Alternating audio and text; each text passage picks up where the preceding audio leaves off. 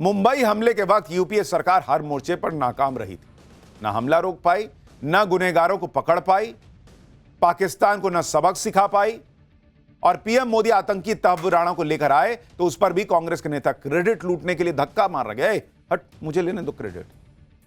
आप देखिए कि विदेश से भारत के दुश्मनों को लाने में मनमोहन सिंह और नरेंद्र मोदी सरकार का ट्रैक रिकॉर्ड क्या कहता है। ये आंकड़े ही सारी कहानी बता देंगे। अगर आप देखेंगे कि प्रत्यर्पण को लेकर क्या ट्रैक रिकॉर्ड है, प्रत्यर्पण किसके समय में कितने प्रत्यर्पण हुए, 2008 से 2013 के बीच में कुल कितने प्रत्यर्पण हुए, 16। ये यूपीए की सरकार का बता रहा हूं। और अब आप देखिए 2019 से 2024 के बीच में कितने प्रत्यर्पण हो चुके हैं, जिसमें 2 साल कोरोना भी था। 23 प्रत्यर्पण हो चुके हैं अपराधियों के। यह फर्क है दोनों सरकारों के बीच। तहव्वुर राणा की बात करते हुए विपक्ष के नेता यह भी पूछ रहे हैं कि विजय माल्या, नीरव मोदी, ललित मोदी और लॉरेंस बिश्नोई के गैंग से जुड़े गैंगस्टर को मोदी सरकार कब लाएगी। मैं आपको बताता हूं कि कौन कौन से बड़े अपराधी हैं जिनके प्रत्यर्पण की प्रक्रिया चल रही है। जैसे नीरव मोदी, विजय माल्या, इनके प्रत्यर्पण की अर्जी यूके को दी जा चुकी है। पिछले साल दिसंबर में ही G20 की मीटिंग के दौरान खुद पीएम मोदी ने यूके के पीएम से इन्हें जल्द से जल्द, यानी नीरव मोदी और विजय माल्या के प्रत्यर्पण के लिए कहा था। लॉरेंस बिश्नोई के भाई गैंगस्टर अनमोल बिश्नोई के प्रत्यर्पण की अर्जी अमेरिका को दी गई है। जहां तक खालिस्तानियों की बात है, भारत ने कनाडा से लखबीर सिंह लांडा और अर्शदीप सिंह जैसे खालिस्तानियों के प्रत्यर्पण की अर्जी भी लगा रखी है। अक्टूबर 2024 में ही एमईए ने खुद बताया था कि भारत ने कुल 26 खालिस्तानियों की रिक्वेस्ट कनाडा को दी हुई है, लेकिन उसमें से केवल 5 पर कनाडा ने एक्शन लिया है। और यह भारत की रिक्वेस्ट करीब 1 दशक से पेंडिंग है, यानी ट्रूडो की शह न मिलती तो इन खालिस्तानियों का हिसाब भी हो चुका। यानी आपराधिक क्राइम से जुड़े भगोड़े हों या गैंगस्टर या आतंकी, नरेंद्र मोदी की सरकार भारत को नुकसान पहुंचाने वाले हर अपराधी को भारत लाने की कोशिश कर रही। तहव्वुर राणा कोई अकेला व्यक्ति नहीं है जिसे प्रत्यर्पण करके दूसरे देश से यहां लाया गया है।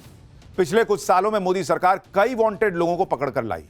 जैसे साल 2020 में अंडरवर्ल्ड डॉन रवि पुजारी को साउथ अफ्रीका से गिरफ्तार किया गया, सेनेगल से उसे भारत लाया गया, वो 200 केसेस में वांटेड था। इसके अलावा साल 2015 में दाऊद इब्राहिम के करीबी छोटा राजन को इंडोनेशिया से लाया गया था। साल 2018 में ऑगस्टा वेस्टलैंड स्कैम में क्रिश्चियन मिशेल को यूएई से लाया गया। ये वो बड़े नाम हैं जो मोदी सरकार के वक्त विदेश से लाए गए। तहव्वुर राणा पर राजनीति के चैप्टर के बाद आपको बताता हूं कि एनआईए की रिमांड में तहव्वुर राणा क्या क्या राज उगल सकता है या उगल रहा। सबसे पहले आपको कल रात की वो तस्वीरें जरूर देखनी चाहिए जब तहव्वुर राणा को दिल्ली के पटियाला हाउस कोर्ट लाया गया।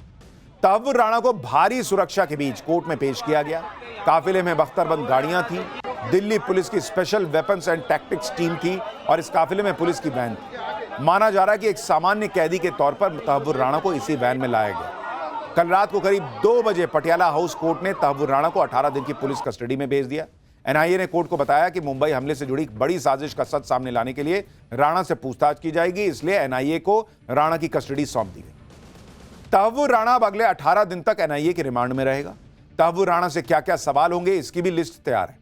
जैसे 26 नवंबर 2008 के दौरान तुम्हारी लोकेशन क्या थी, 8 नवंबर 2008 से 21 नवंबर 2008 के दौरान तहव्वुर राणा तुम इंडिया क्यों आए थे, भारत में रहने के दौरान तुम किस किस से कहां कहां मिले।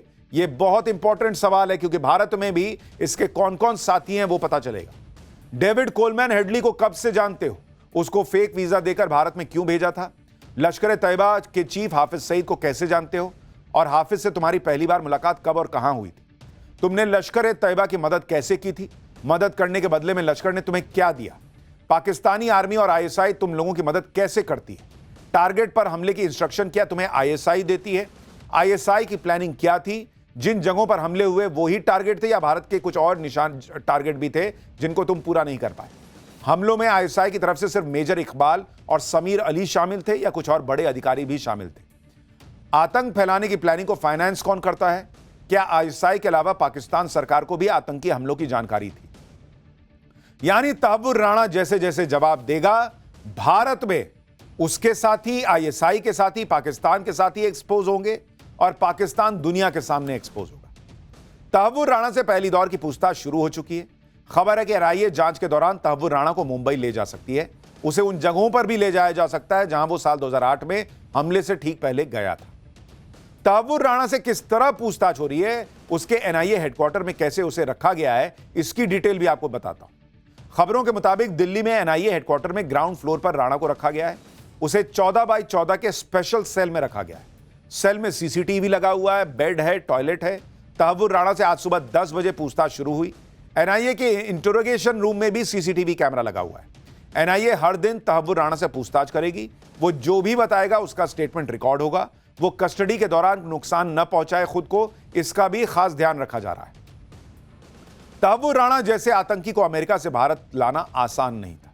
इसमें कई खतरे थे, क्योंकि तहव्वुर राणा वो आतंकी है जो पाकिस्तान के सारे राज खोल सकता है, इसलिए उसकी जान को बड़ा खतरा था। तहव्वुर राणा को सुरक्षित अमेरिका से लाने के लिए top secret mission operation Rana चलाया गया। राणा को अमेरिका से लाने के लिए स्पेशल टीम भेजी गई। इस टीम में एनआईए के अधिकारी और एनएसजी कमांडोज थे। राणा को एक स्पेशल एयरक्राफ्ट में लाया गया।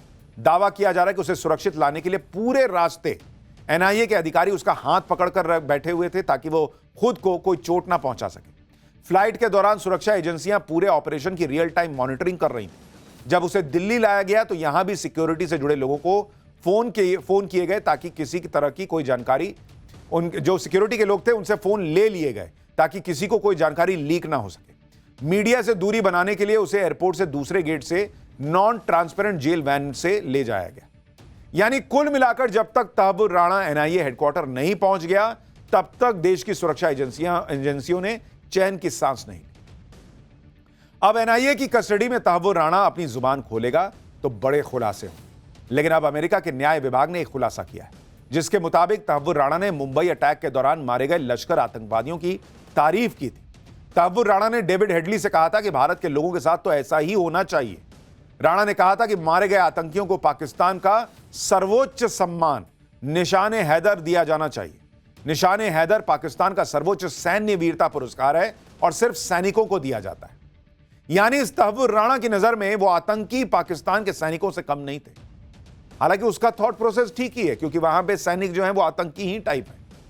लेकिन आप उसकी सोच देखिए, उसको लगता था कि भारत में लोगों को तो मर ही जाना चाहिए, ठीक हो रहा है। उसकी पैठ सोचिए सेना में वहां कितनी थी पाकिस्तान में। इसलिए तहव्वुर राणा का प्रत्यर्पण सिर्फ उसे सजा दिलवाने का काम नहीं करेगा, बल्कि पाकिस्तान के रोल को भी बेनकाब करेगा और पाकिस्तान के जो प्यादे भारत में हैं उनका भी चेहरा सामने आ सकता है। पाठशाला में अब अगली क्लास। आगजनी, हिंसा, बवाल। ममता बनर्जी के बंगाल में पब्लिक से लेकर पुलिस तक सेफ नहीं है क्या?